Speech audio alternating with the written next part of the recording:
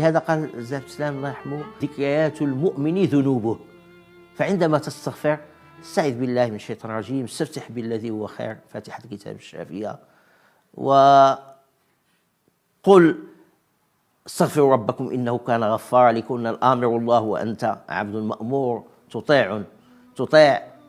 وهذا تؤجر عليه طاعة، فقبل أن تؤجر عليه استغفارا وذكرا. ثم تستغفر ربك: رب اغفر لي وتب علي، بتبأس بتقنع بكذا، وتستحضر ذنوبك حتى تعينك هذا الذنوب التي تستحضرها، سواء منها كان كبيرا أو كان صغيرا أصررت عليه وجعلت الله أهون الناظرين إليك، فاستغفر الله تعالى كأنك تطلب إليه بحال لله المثل الأعلى،